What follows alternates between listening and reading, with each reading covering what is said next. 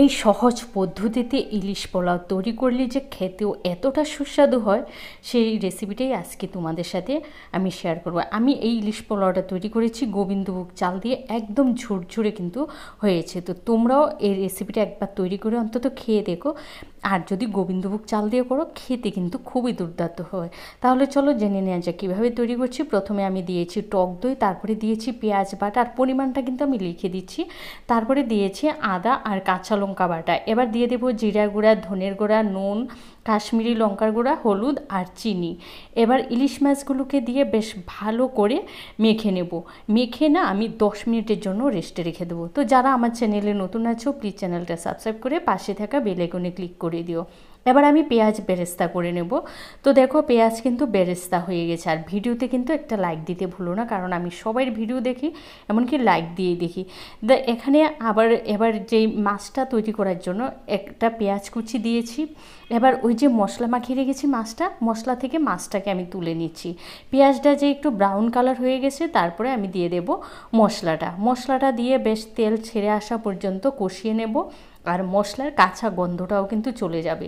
তারপরে ওই যে ছোটো চায়ের কাপ থাকে, ওই চায়ের কাপে আমি 1 কাপ দিয়েছি দুধ দিয়ে এবার মাছগুলোকে বেশ ভালো করে মিশিয়ে নিয়ে তারপরে 10 মিনিটের জন্য রান্না করে নেব। মাঝে মধ্যে না আমি একটু নেড়ে দিচ্ছি মাছগুলো। আর ইলিশ মাছ কিন্তু এমনিতেই খুব তাড়াতাড়ি তৈরি হয়ে যায়। তো এবার 10 মিনিট পর দেখো মাছটা কিন্তু এবার পুরোপুরি তৈরি হয়ে গেছে। আর যে গ্রেভিটা আছে গ্রেভিটাকে আমি রেখে দেবো, কারণ এই গ্রেভিটা না আমি পরে ব্যবহার করব। এবার ওই গ্রেভি থেকে মাছটাকে আমি আলাদা করে নিয়েছি। এবার পোলাওটা রান্না করার জন্য আমি এখানে একটা ফ্রাই প্যান, এই ফ্রাই প্যানটা না আমার এতটাই ভারী, যার কারণে আমি পোলাও বা ফ্রাইড রাইস, বিরিয়ানি যাই রান্না করি এই ফ্রাই প্যানটার মধ্যেই রান্না করি।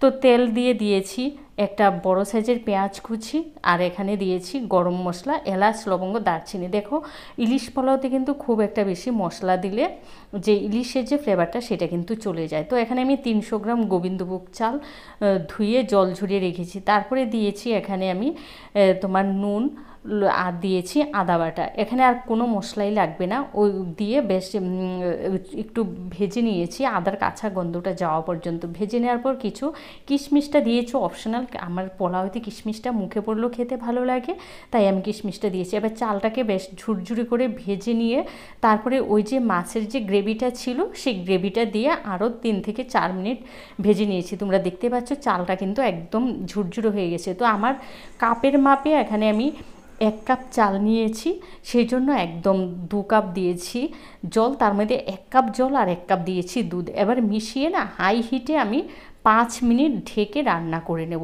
এই টাইমিংটা তোমরা একটু ফলো করলে রান্নাটা একদমই ঝুরঝুরে হবে। দেখো 5 মিনিট পর অনেকটাই জলটা তোমার বসে গেছে, আর চালটা কিন্তু আমার 50% সেদ্ধ হয়ে গেছে, যেহেতু আগে ধুয়ে রেখেছি। তারপরে কাঁচা লঙ্কা দিয়েছি, মাছগুলো দিয়ে একটু গ্রেভি আমি রেখে দিয়েছিলাম, সেটা মাছের উপরে ছড়িয়ে দিয়েছি।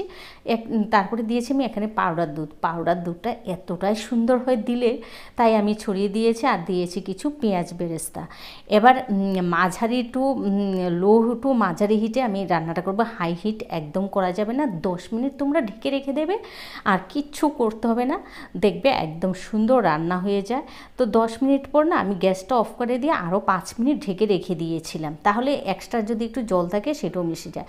তোমরা দেখতেই পাচ্ছ কতটা ঝুরঝুরে হয়েছে, আর এটা যখন ঠান্ডা হবে আরও ঝুরঝুরে হয়ে যাবে।